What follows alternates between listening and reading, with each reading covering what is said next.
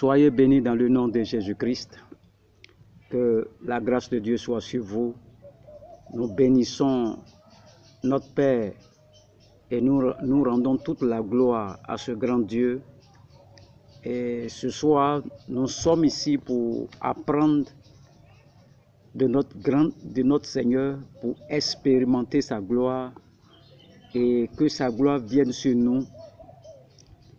Et que Dieu, au travers de sa parole, libère des vies, libère des hommes, libère des femmes qui m'écoutent actuellement, qui sont de très loin. Que la gloire de Dieu vous visite dans le nom de Jésus-Christ. La gloire du Seigneur Jésus-Christ vous visite dans le nom de Jésus-Christ. Alléluia.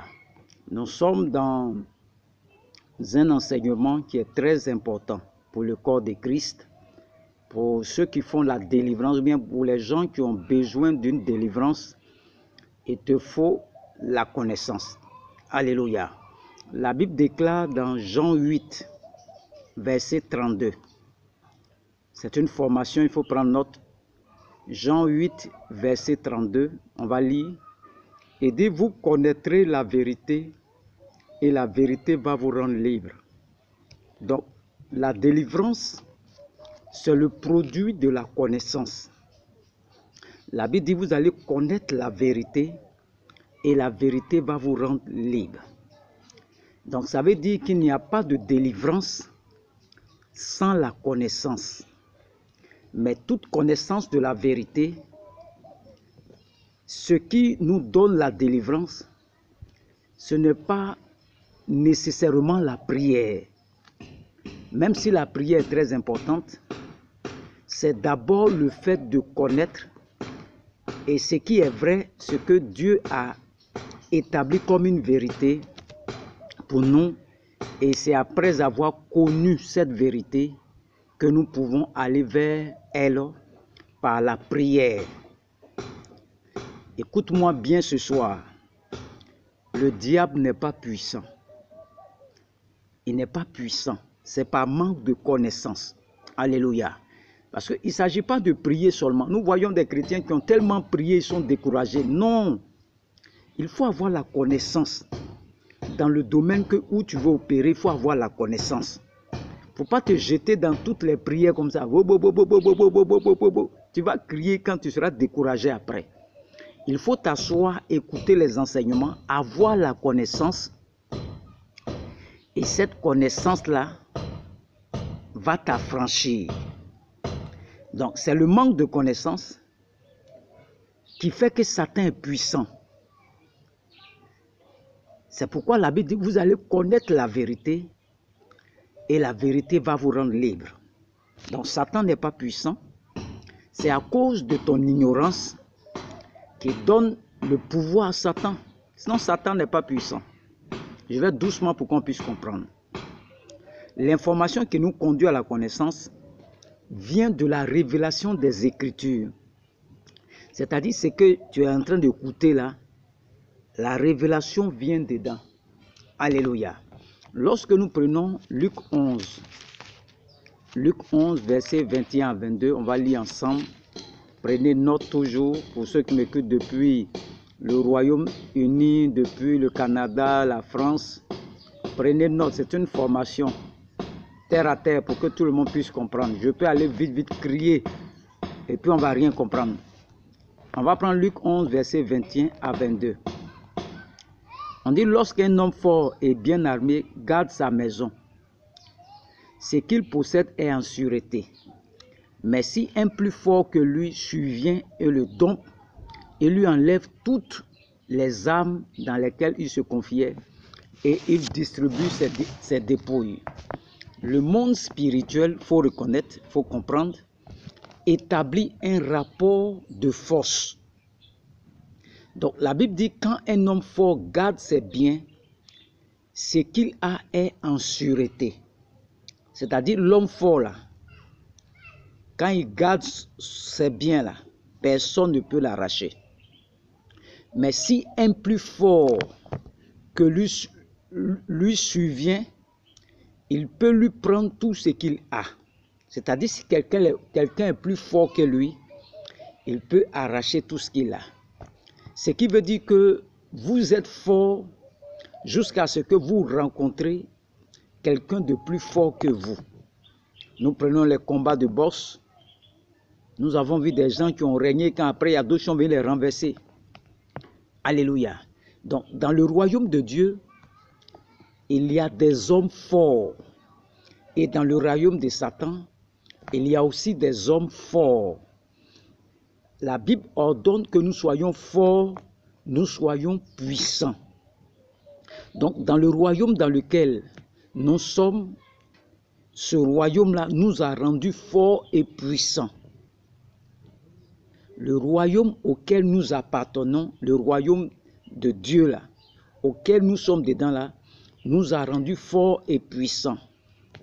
Mais nous n'avons pas tous le même degré de puissance, c'est dans le royaume là. Le même degré d'autorité de Dieu dans le nom de Jésus-Christ. Alléluia.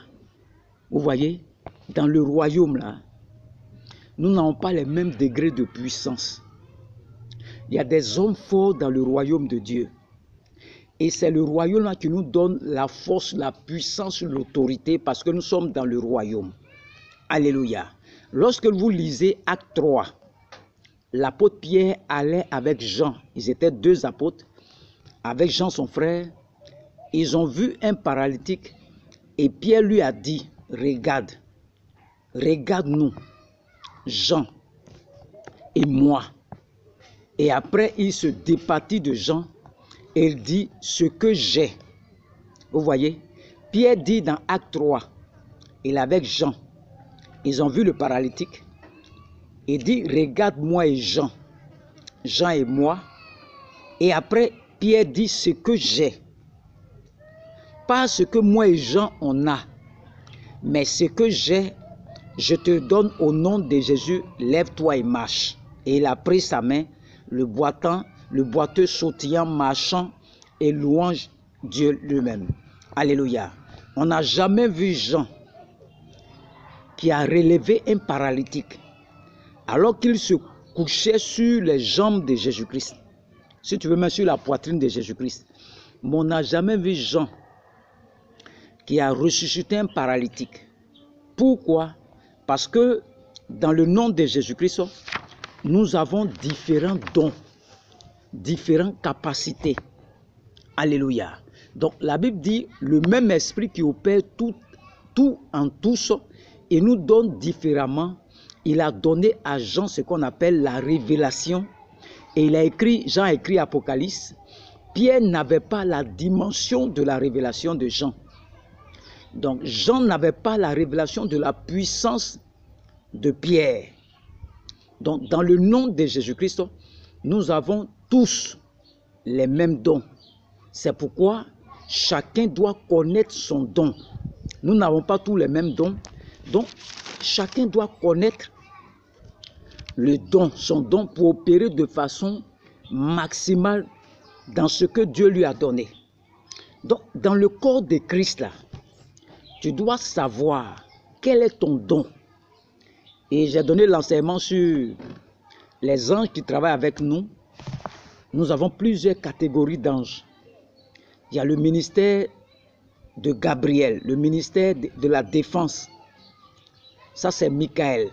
Le ministère de la santé, ça c'est Raphaël. Le ministère des finances, ça c'est Uriel. Le ministère, il y a plusieurs ministères. Il y a plusieurs défense, santé, communication. Il y a tous les ministères chez Dieu là-bas.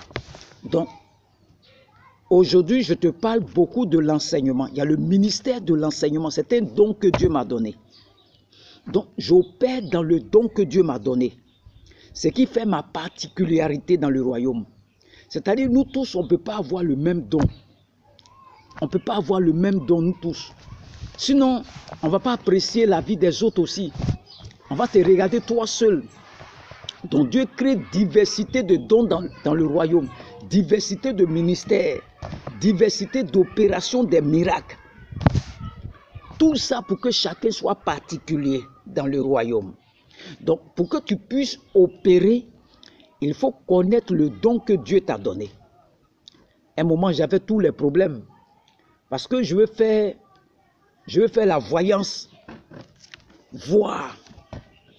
Mais si Dieu ne t'a pas dit que tu es un prophète voyant, là, tu vas beau forcer là. Tu vas te casser la tête. Dieu a fait de moi un prophète enseignant. Si je reste dans mon couloir là, c'est la même puissance de Dieu que nous tous on travaille avec. Mais dans différents départements. Il faut connaître le don qui est sur toi. Si tu as un don de prophétie, c'est que tu travailles avec le ministère de la qu'on appelle Gabriel, chargé de la communication. J'ai donné déjà l'enseignement à le voir. Les anges qui marchent avec nous, qui travaillent avec nous, voyez cet enseignement. Et vous devez réaliser avec moi que vous êtes fort. Tu es fort jusqu'à ce que vous rencontrez quelqu'un de plus fort que vous. Et la Bible dit, lorsque vous rencontrez quelqu'un de plus fort que vous, il peut vous arracher. Il peut vous arracher ce que vous avez. C'est tellement vrai dans l'esprit. Et c'est tellement vrai dans la vérité lui-même. Physiquement, il peut vous prendre votre téléphone et vous n'avez pas le moyen de résister contre lui parce qu'il est plus fort que vous. Alléluia. Donc spirituellement, il existe donc des hommes forts. Et quand eux, ils décident d'intervenir, ils peuvent même t'arracher ce que Dieu t'a donné. Ils peuvent t'arracher ce que Dieu t'a donné. Donc dans le royaume, que ce soit le royaume de Dieu, que ce soit le royaume de Satan, il y a ce qu'on appelle des hommes forts. Et s'il survient dans ta vie, il peut t'arracher même ce que Dieu t'a donné. Alléluia. Donc, chaque territoire a ce qu'on appelle les hommes forts. Chaque pays, chaque ville, chaque famille. Et aujourd'hui, je voulais toucher aux hommes forts dans la dimension familiale. C'est-à-dire, je vais me limiter à la famille. Parce que nous sommes dans l'enseignement de la délivrance. Il faut prendre note, c'est un très bon enseignement. Très très bon enseignement. S'il existe quelqu'un caché derrière la scène de ta vie, qui travaille à ta destruction pour prendre ce que Dieu te donne, cette personne va tomber aujourd'hui même. Il y a des méchants que le diable a placés à des endroits précis pour nous voler. Et vous savez que le diable, c'est le voleur. Même il a plusieurs stratégies pour voler. Il vole par le principe des hommes forts. Il faut comprendre aujourd'hui. C'est-à-dire, il a plusieurs stratégies pour voler. Mais le diable vole par le principe des hommes forts. Il vole également par plusieurs méthodes. Est-ce que vous savez qu'un homme fort peut être loué pour vous piller, pour vous voler? S'ils voient qu'il n'arrive pas là, ils peuvent aller louer un autre homme fort pour venir vous voler, pour venir vous piller. Donc les gens peuvent aller louer des voleurs pour vous agresser. C'est tout à fait quand ils réalisent qu'ils ne peuvent pas eux-mêmes, ils vont maintenant aller louer d'autres personnes pour vous faire du mal. Nous avons vu des personnes qui ont été agressées. Satan sait qu'il ne peut rien contre ces personnes. Donc Satan maintenant va aller louer des hommes forts pour maintenant venir leur faire du mal. Mais cette année, tu n'auras aucun malheur. Toi qui m'écoutes, aucun malheur sur ta vie. Qui est l'homme fort? L'homme fort n'est pas juste un homme. C'est une puissance qui contrôle et limite le progrès des membres d'une famille. C'est un esprit qui punit tous ceux qui veulent briser des lois en vigueur dans la dite famille. C'est-à-dire quoi? C'est-à-dire cet esprit-là, il est là pour veiller sur les familles. Il est là pour punir tous ceux qui veulent dépasser les limites qu'on leur a imposées dans les familles. Il y a des familles qui ne se marient pas. Il y a des gens, ça ne travaille pas dans leur famille. Le premier a travaillé sur leur grand frère. Après, on ne sait pas ce qui s'est passé, il est mort. Parce que dans la famille, il y a un homme fort qui veille sur les lois, les décrets, les ordonnances, toutes ces choses veillent dessus. Alléluia. Et le problème avec cet esprit, c'est qu'il a la capacité de punir tous les hommes qui veulent briser des barrières. Il travaille non pas pour détruire à tout moment, mais pour vous faire échouer au point de votre succès. C'est-à-dire, c'est au moment où tu dois récolter le fruit que cet esprit se présente pour ruiner tout le travail que tu as fait. C'est-à-dire, l'homme fort là, il ne vient pas comme ça. Il ne vient pas comme ça. Il attend toujours. Quand tu commences, il ne vient pas. Quand tu travailles, il ne vient pas. Mais quand tu vas rentrer dans ta production, dans ta grâce, la chose commence à prendre forme. C'est là qu'il se présente quand tu es sur le point de conclure. Et je suis venu avec cet enseignement dans une sainte colère de Dieu parce que tu n'as plus le droit d'échouer de ton succès. Cet esprit cache derrière la scène de ta vie qui te fait échouer au point de ton succès sera désarmé et arrêté ce soir au nom de Jésus-Christ. Donc l'homme fort, je le répète, est un esprit qui a le pouvoir de dominer ta situation actuelle. Ce que tu ne domineras pas te domine même si tu dis le contraire. La sérénité peut te dominer. La pauvreté, le chômage, le fait de perdre des opportunités à la dernière minute peut te dominer. Peut te gagner et perdre pour se retrouver finalement à zéro. Peut-être une réalité qui te domine. Donc l'homme fort, il vient au moment où tu veux décoller. Je me rappelle, je devais aller en France et tout était finalisé, tout était bien parti pour que je sois en France. Au dernier moment, ça a échoué. C'était bien parti aussi pour le Canada. Au dernier moment, ça a échoué. Donc l'homme fort est un esprit qui veille sur les alliances de famille. Et c'est un esprit qui a la capacité de contrôler les pas que vous posez. C'est-à-dire tous les pas que tu fais là, il a la capacité et de faire en sorte que vous n'aboutissez jamais. Dieu m'a envoyé pour livrer un combat. Et je veux te garantir que ce combat sera livré. Et tu en sortiras plus que vainqueur au nom de Jésus-Christ. Écoute bien cet enseignement. Tu vas sortir victorieux sur l'homme fort. Chaque fois, quand tu vois que quand la chose veut finir, quand tu vas avoir la victoire, tout se gâte. Ça veut dire que c'est l'œuvre de l'homme fort. Donc, je suis en train de parler à quelqu'un qui n'a plus le droit d'échouer au point de ton succès. À la dernière minute, doit être capable par le nom de Jésus-Christ de changer les données et changer l'histoire de sa famille. Et si c'est à toi que je parle, alors ma parole s'attachera à toi et à ta destinée au nom de Jésus-Christ. Si c'est à toi que je parle ce soir, cette parole va s'attacher à toi dans le nom de Jésus-Christ, afin que ta vie ne soit plus la même. Que ta vie ne soit plus la même. Alléluia. Ta vie doit changer. C'est l'homme fort qui est à la base de tout cela. C'est l'homme fort qui fait que au dernier moment tu échoues. On te parle de mariage. Au dernier moment la personne s'en va. On te parle de voyage. Au dernier moment tout se complique. C'est-à-dire chaque fois que ça commence, ça se termine mal toujours. Ça c'est le travail de l'homme fort. Et je viens te dire, tu es l'homme fort que Dieu a trouvé pour changer des réalités, pour changer des situations dans ton environnement.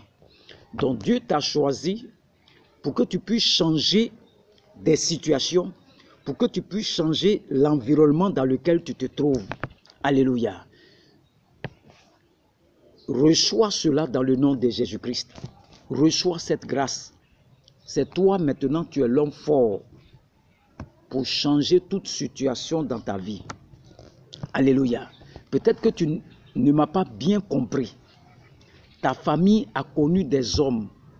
Mais moi, je te dis, tu es l'homme dont le nom restera dans la famille. Reçois cette grâce.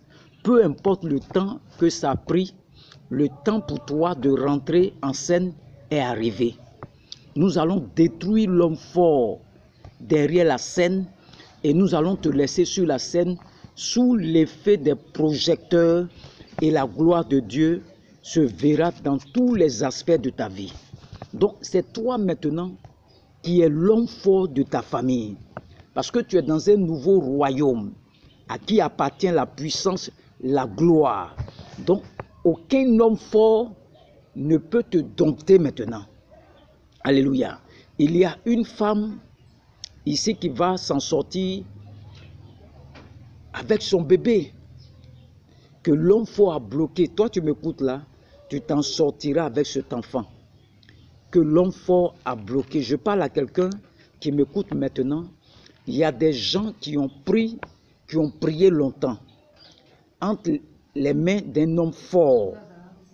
Après ce moment, tu retrouveras tes papiers, tes documents, ce qui a été enfermé dans le règne spirituel. Parfois, ce que nous ignorons, en tant que fils du royaume, c'est le processus par lequel Dieu travaille. Donc, toute gloire qui naît en Dieu meurt en Dieu. C'est pourquoi la gloire de Jésus-Christ est née, la gloire de Jésus-Christ est morte, et quand elle est morte, elle est gardée par l'homme fort du royaume. Alléluia. Alléluia. Durant ces 3 jours dans le tombeau, Jésus-Christ a gardé sa même gloire. Donc la santé peut être gardée dans le règne des ténèbres, ton mariage, tes finances, ta gloire. Mais la Bible déclare, quand les temps ont été accomplis, les ténèbres ont vomi la gloire qu'elle avait gardée. Et aujourd'hui, je viens initier le temps où les ténèbres doivent vomir la gloire qu'ils ont gardée. Ce qui est à toi ne restera pas dans la main de l'homme fort. Ce qui est à toi, là, ta destinée, ton enfantement, ne restera pas dans la main de l'homme fort. Il a pu les garder avec une mauvaise vie. Mais le règne des ténèbres va rendre ce qui est à toi. Va rendre ce qui est à toi. Va rendre ce qui est à toi. L'homme fort doit tomber cette année. C'est toi qui es l'homme fort dans le royaume de Jésus-Christ. L'homme fort qui régnait sur vos familles, qui vous a privé de travail, d'enfantement, de voyage, de succès. Là. Maintenant, c'est toi qui es l'homme fort dans le royaume de Dieu. Et c'est à toi de te lever maintenant, de récupérer tous les territoires qui ont été conquis par l'homme fort, de lui arracher tous ses biens dans le nom de Jésus-Christ. C'est une série d'enseignements. Nous allons poursuivre la prochaine fois. Que Dieu vous bénisse au nom de Jésus-Christ. Amen. Ah, il est venu.